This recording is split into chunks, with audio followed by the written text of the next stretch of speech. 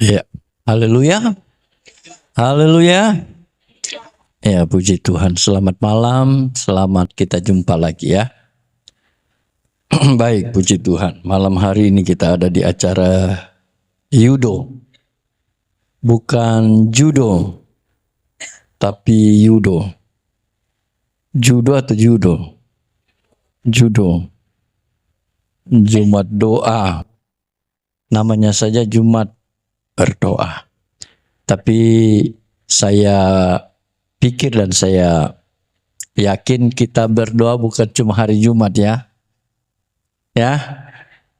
Amin. Nah, kalau cuma hari Jumat orang berdoa, ini gawat ini. Ya. Tapi Jumat ini kita beri waktu yang khusus, kira-kira begitu ya. Saya tangkapnya begitu. Kita memberi waktu yang khusus di mana jemaat Tuhan di tempat ini bersekutu, datang berdoa, bergumul, menaruh semua beban.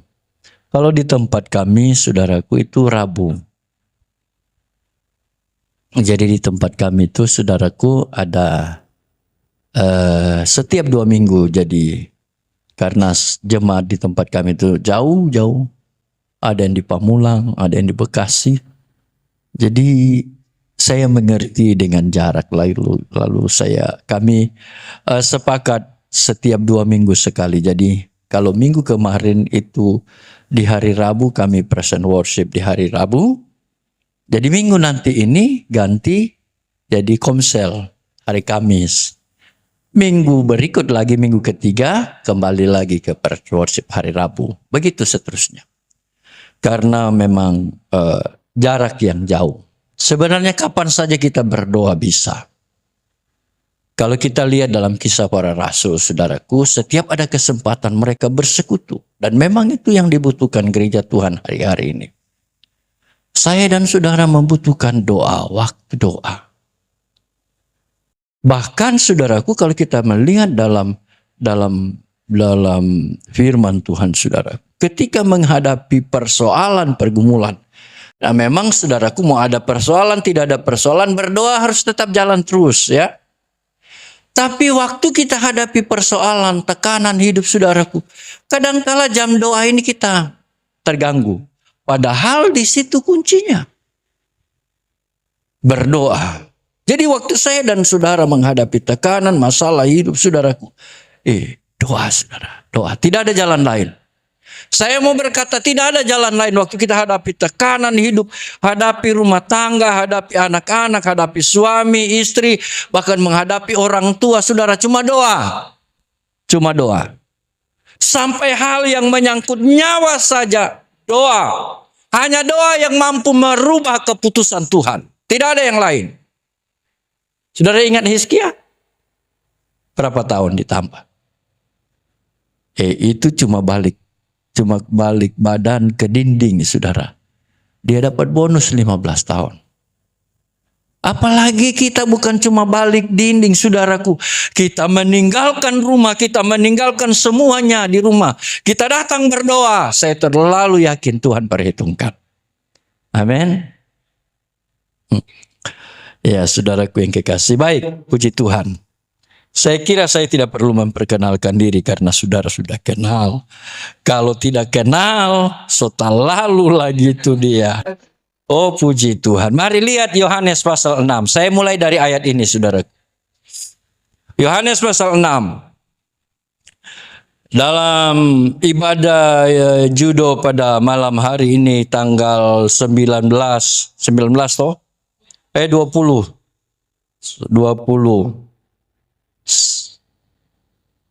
Tanggal 20 September. Mari kita lihat Yohanes pasal 6. Kita baca sama-sama. Ayat yang ke-28 saja dengan ayat 29. Saya mulai dari ayat ini saja, saudaraku. Yohanes pasal 6 ayat 28 dan 29. Sudah dapat? Katakan amin. Mari kita baca sama-sama. 1, 2, 3. Lalu kata mereka kepadanya, apakah yang harus kami perbuat supaya kami mengerjakan kerajaan yang berkenan? Jawab Yesus kepada mereka, inilah pekerjaan yang kehendaki Allah, yaitu hendaklah kamu percaya Dia yang telah diutus Allah. Puji Tuhan. Bapak Ibu saudara kekasih dalam nama Tuhan Yesus, ayat 28 dia mulai dengan bertanya. Ini pertanyaan. Dia bilang begini, saudaraku. Lalu kata mereka kepadanya, kepada Yesus, apakah yang harus kami perbuat supaya kami mengerjakan pekerjaan yang dikehendaki Allah? Sebelum ayat ini memang ada bagian-bagian yang lain yang Tuhan sampaikan. Mereka cari-cari Yesus. Sebelum pasal ini, saudaraku, yang oleh lembaga Alkitab memberi judul Roti Hidup. Saudaraku, sebelumnya diceritakan saudaraku bahwa ini orang-orang yang ada di bagian ini, mereka cari-cari Yesus.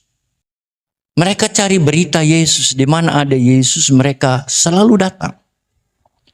Dan Yesus tegur mereka, saudaraku yang kekasih dalam nama Tuhan. Yesus tegur mereka begini, saudara, kamu cari saya bukan karena melihat kuasa mujizat Tuhan dan sebagainya. Tapi kamu mau menerima mana yang dari sorga. Memang nenek moyang kamu, dia mulai cerita tentang Abraham, tentang Musa, mereka dapat mana dari sorgawi ditanggung. Nah, sebelumnya mereka menikmati roti sorgawi yang dikerjakan oleh Yesus melalui mujizat Tuhan. Dengan hanya 2 dan 5. Dimulai dengan 2 dan 5 lalu memiliki ada sisa. Orang Manado bilang itu ada sisa, ada lebihnya. Kalau sisa itu, saya belajar sisa itu roti 1 kalau saya gigit itu sisanya. Kalau ini tidak, lebihnya. Kumpul lebih. Ada 12. Tidak masuk di akal. Tapi kita belajar di sana dimulai dengan Yesus mengangkat lalu mengucap syukur. Nah, kalau kita bicara mengucap syukur, hebat saudaraku yang kekasih. Makanya jemaat perlu bersyukur. Amin. Saudara disakiti suami, bersyukur. Suami cuekin, bersyukur saja. Sebab kalau saudara suami cuekin, saudara marah. Nah, suami tambah marah, lebih fatal itu. Bersyukur saja. Bersyukur saja. Tapi jangan serahkan. Sebab orang bersyukur lalu menyerahkan, saudara, itu fatal, itu fatal. Kalau Tuhan berbuat sesuatu, istri juga yang kena imbasnya. Lebih baik bersyukur dan berserah saja kepada Tuhan. Maka Tuhan akan mengerjakan hal yang hebat dan luar biasa. Amin. Betul saudaraku, bersyukur saja. Sebab bagi Tuhan tidak ada yang mustahil. Kalau kalimat ini kita selalu amin, amin. Tapi mengerjakan itu susah, saudara.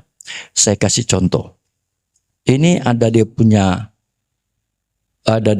lucu juga, ada dia punya. Tapi ini contoh, ini contoh. Saya kasih contoh ke saya saja. Kita lari sebentar dari konteks ini, tapi saya cuma mau sentil tentang bersyukur itu. Istri saya orang Manado. Saya orang Poso asli, Poso, Sulawesi Tengah. Nah, istri saya orang Manado, saudaraku yang kekasih. Nah, saudara tahu Manado.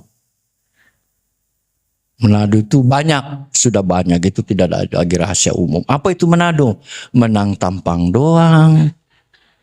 Dan banyak dia punya referensi, banyak.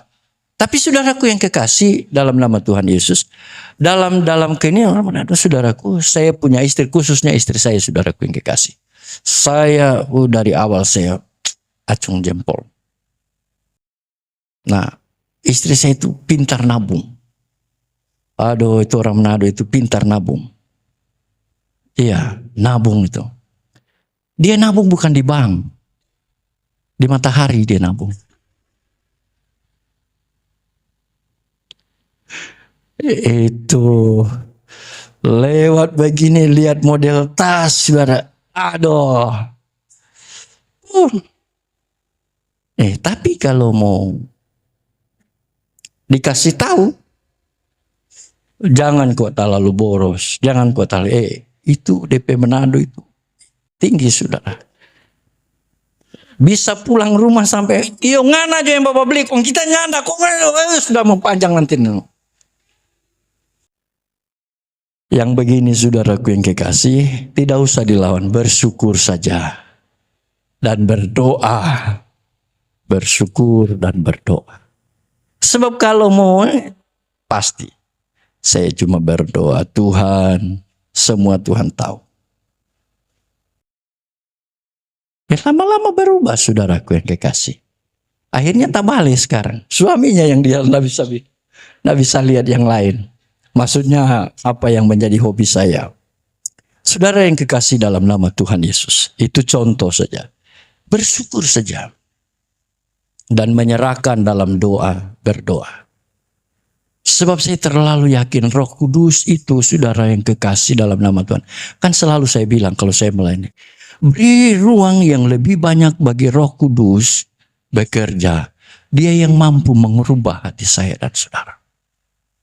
Biar lagi dia keras bagaimana, tapi kalau Roh Kudus yang jamah dia, cuma Roh Kudus yang bisa merubah hidupnya. Tidak ada yang lain. Walaupun saudaraku kita tidak bisa memungkiri saudaraku bahwa sekarang lagi banyak saudaraku, lagi banyak bermunculan di YouTube di mana saudaraku. Roh Kudus tidak lagi relevan. Apakah manifestasi Roh Kudus kok begitu dia tidak? Itu ya mereka punya itulah. Tapi bagi saya saudara dan saudara, mari kita melihat firman. Tidak bisa tidak. Gereja Tuhan, saya dan saudara harus penuh dengan Roh Kudus. Bahkan gereja Tuhan untuk sampai kepada apa yang di firman Tuhan bilang, saudaraku. Kalau saya lari sedikit ke Wahyu pasal 21 ayat 1, saudaraku, tentang pembukaan meterai-meterai itu, lalu sampai pada titiknya gereja Tuhan yang digambarkan sebagai mempelai perempuan yang akan menyambut mempelai laki-laki, yaitu Tuhan Yesus Kristus, saudaraku, untuk menantikan dia, saudaraku. Sebelumnya ada masa yang diberikan Allah, yang diberikan waktu untuk dia bekerja, atau yang kita kenal dengan antikris. 3,5 tahun menurut kita, walaupun ada juga yang saya juga tidak. Sebab semuanya kan keputusan Tuhan. Yang untuk menafsirkan atau mempelajari ini kan semua banyak, saudara. Ada yang bilang 7 tahun karena sebelumnya itu 3,5 tahun, lalu digabung lagi 3,5 tahun, sesudahnya jadi 7, terserahlah. Tapi bagi kita gereja Pentakosta di Indonesia itu cuma 3,5 tahun. Itu 3 tahun. Untuk melewati 3,5 tahun itu tidak ada kekuatan lain, saudaraku. Alkitab mencatat tidak ada yang mampu, saudaraku. Nah, untuk terhindar dengan itu, saudaraku, Alkitab gambarkan, dia bilang begini, akan ada sepasang sayap burung ngasar yang akan membawa gereja mempelai perempuan itu terhindar dari naga itu. Itu bicara tentang firman dan Roh Kudus. Jadi saya mau bilang begini, saudaraku yang kekasih. Gereja yang disempurnakan, gereja yang akan melihat kemuliaan Tuhan adalah gereja yang selalu dipenuhkan dengan firman dan dipenuhkan oleh Roh Kudus.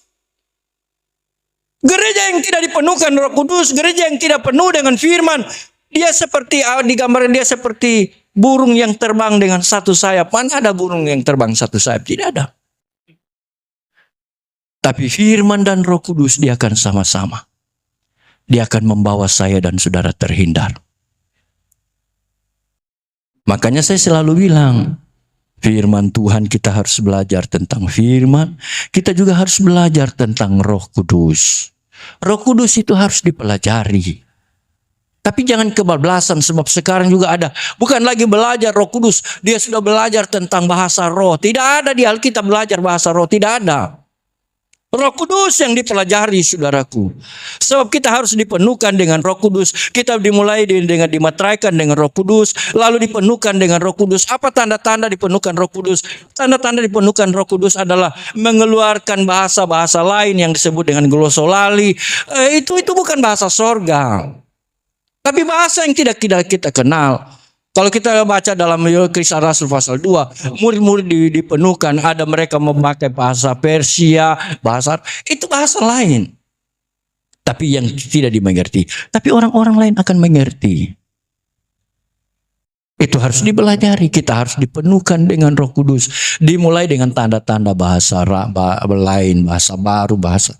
Saudaraku, itu pun harus diasah. Kita harus sampai pada tingkat setelah kita dipenuhkan dengan Roh Kudus, kita melanjut lagi maka Tuhan oleh karena kesungguhan kita, kesungguhan jemaat Tuhan, memberi ruang lebih banyak bagi Roh Kudus, maka Tuhan melalui kuasa Roh Kudus akan mempercayakan kita karunia Roh Kudus, namanya karunia Roh Kudus.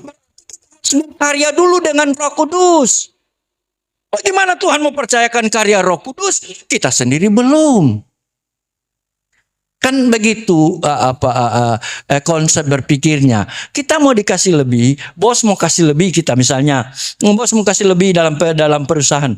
Tapi tidak ada yang spesial, yang bagaimana mau dipercayakan. Begitu juga dengan karunia Roh Kudus. Kalau kita belajar tentang karunia roh, kan ada berapa itu? Karunia Roh Kudus. Nah, kita tidak akan sampai ke sana, gereja tidak akan sampai ke sana kalau kita tidak mulai dari startnya dulu. Kita harus dimeteraikan dengan Roh Kudus, sebab Efesus pasal 1, 13, 14 itu kita harus dimeteraikan dengan Roh Kudus. Apa itu meterai? Namanya meterai. Sertifikat kalau tidak punya meterai tidak sah. Lalu dipenuhkan Roh Kudus, maka Tuhan. Nah, saudara yang kekasih dalam nama Tuhan, mari kita kembali kepada apa yang kita baca pada malam hari ini. Lalu kata mereka kepadanya, apakah yang harus kami perbuat supaya kami mengerjakan pekerjaan yang dikehendaki Allah? Bapak Ibu Saudara yang kekasih dalam nama Tuhan Yesus, mari kita menjadi orang-orang yang selalu melakukan apa yang Tuhan kehendaki. Ini penting bagi kita. Termasuk pujian, penyembahan, doa kita. Mari kita lakukan itu seturut dengan kehendak Bapa. Sebab ada juga saudaraku yang kekasih, ada contoh banyak. Orang yang ada dalam hadirat Tuhan, orang yang berdoa, tidak dalam perkenanan Tuhan. Ada banyak. Satu contoh saudara ingat dalam Injil Lukas itu dia bilang begini, saudaraku yang kekasih. Ada dua orang yang datang di hadirat Tuhan, menghadap Tuhan. Orang Farisi dengan pemungut cukai. Orang Farisi kan kita tahu semua mereka ahli. Dia datang di rumah Tuhan. Dia berkata, Tuhan 1 minggu saya 2 kali loh. Kalau kita gereja Tuhan seangin 1 kali saya sudah paksa. Tapi dia datang 2 kali 1 minggu berpuasa. Belum lagi yang lain-lain dia mulai kasih tahu, saya melakukan persembahan, saya melakukan ini, melakukan itu, melakukan ini. Tapi Tuhan bilang apa? Doanya tidak berkenan. Sebaliknya saudaraku, pemungut cukai, dia bilang untuk melihat ke atas saja dia tidak berani. Semua ada di rumah Tuhan, saudaraku. Semua ada di rumah Tuhan. Makanya saya bilang, mari kita mau melakukan apa yang berkenan kepada Tuhan, yang menyenangkan hati Tuhan, termasuk doa kita. Nah, muncul pertanyaan kalau begitu, bagaimana doa atau konsep doa yang dijawab oleh Tuhan? Tidak usah pikir konsep, saudaraku yang kekasih. Kalau kita mengacu kepada ayat ini, dia tidak sodorkan konsep, dia tidak sodorkan kriteria doa, saudara, tidak. Tapi dia bilang begini, mari kita mengerjakan apa yang Tuhan kehendaki. yang Tuhan kehendaki? Apa yang Tuhan kehendaki? Siapa yang mengerti apa yang Tuhan kehendaki untuk kita kerjakan? Apakah gembala, saya sebagai hamba Tuhan, saudara tetangga kita, orang tua kita? Tidak ada yang mengerti. Siapa yang mengerti? Diri kita sendiri dengan Allah. Ketika engkau ada di hadirat Allah, berkenan kepada Allah, engkau akan menikmati kehadiran Tuhan.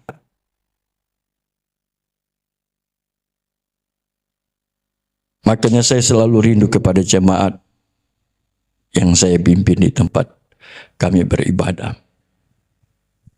Saya selalu bilang, rugi saudara. Saudara sudah dari Pamulang jauh. Saudara dari Bekasi jauh, tidak langsung pulang rumah tapi datang berdoa dulu baru pulang. Lalu saudara cuma datang berdoa, duduk, dengar firman, menyembah, angkat tangan. Lalu saudara pulang, tidak menikmati hadirat Tuhan, rugi. Lebih baik tidak usah, langsung pulang saja. Istirahat. Yang Allah mau kita duduk di kaki Tuhan, berkenan kepada Tuhan. Apa itu berkenan, saudaraku yang kekasih dalam nama Tuhan? Saudaraku yang kekasih, coba saya rindu untuk saya dan saudara melihat bagian firman Tuhan yang seringkali kita baca mungkin, tapi kita coba lihat dalam Injil Matius pasal berapa itu?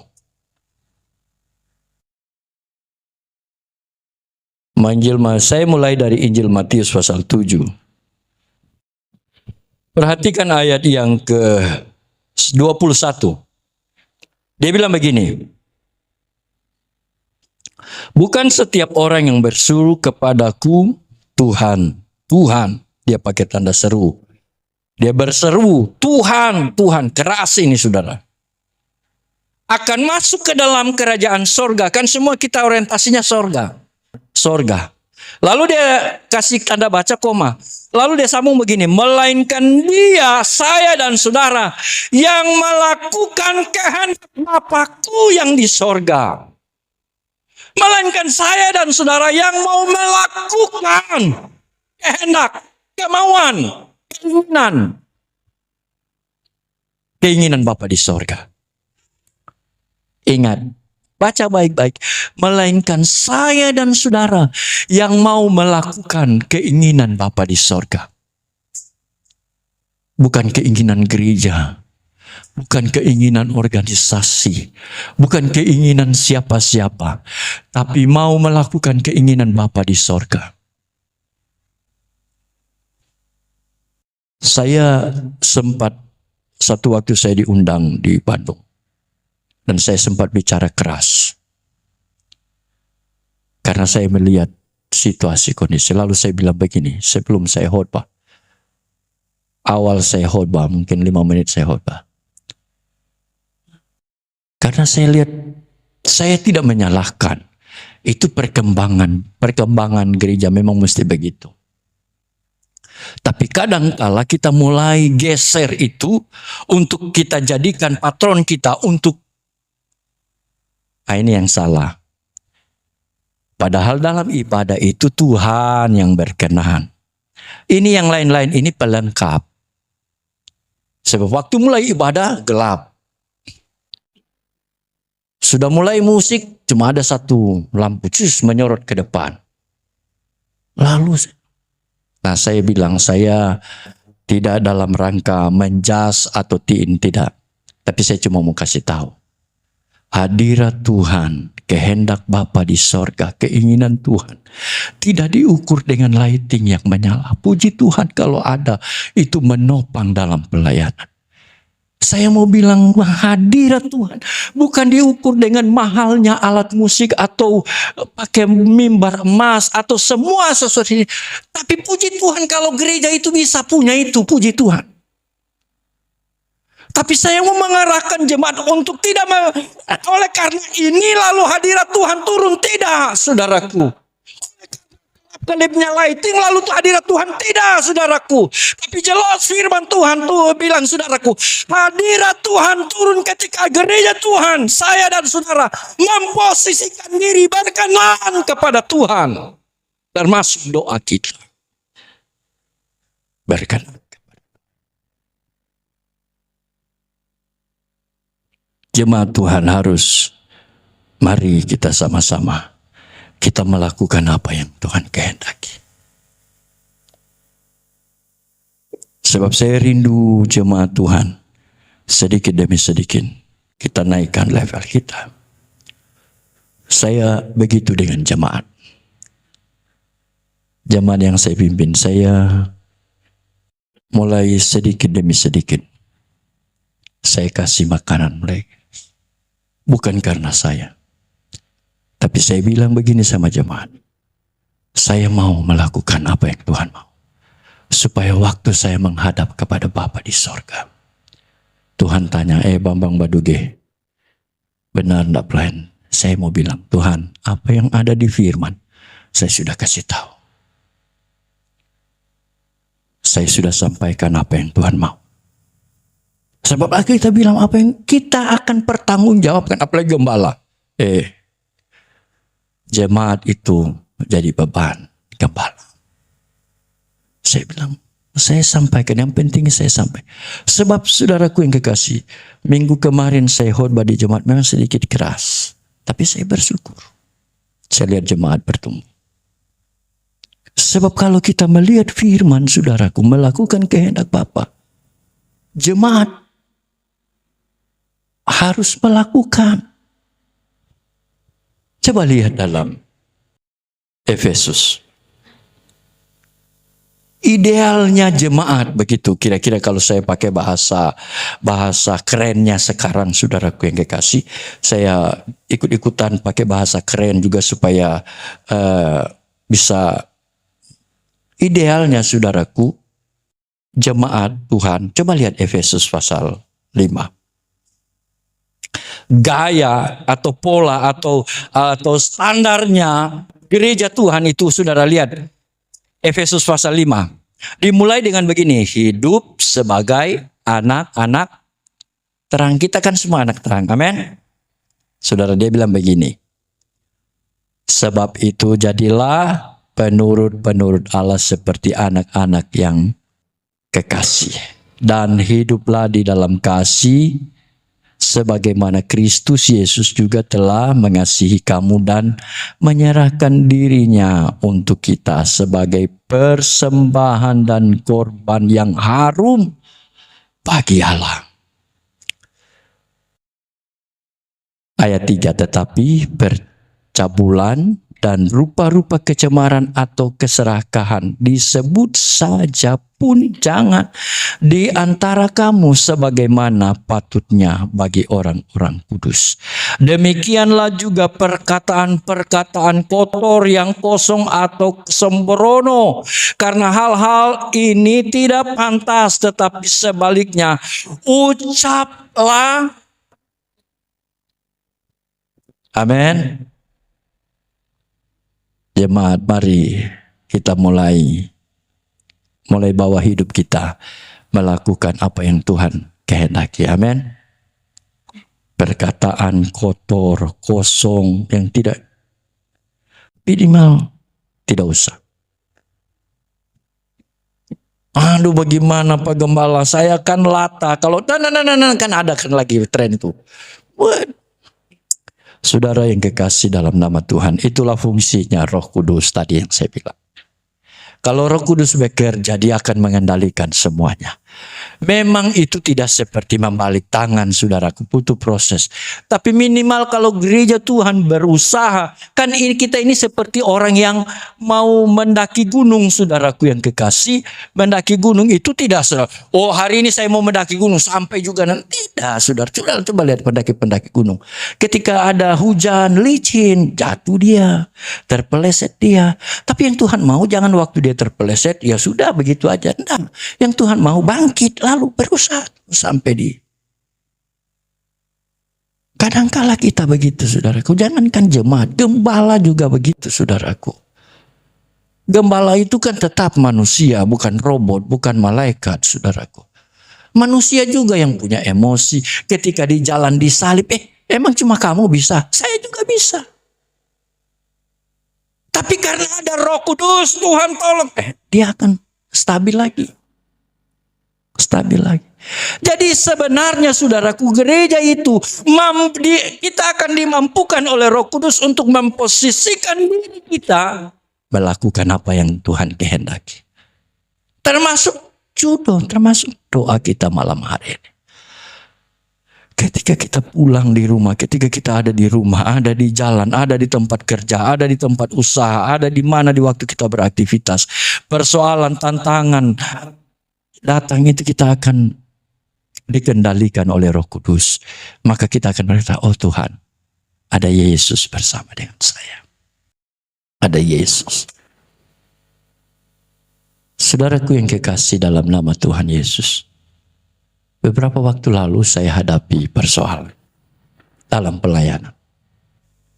Saudaraku, waktu saya dengar itu saya cuma bilang, terima kasih Tuhan. Saya boleh melihat bahwa firman itu ya dan amin.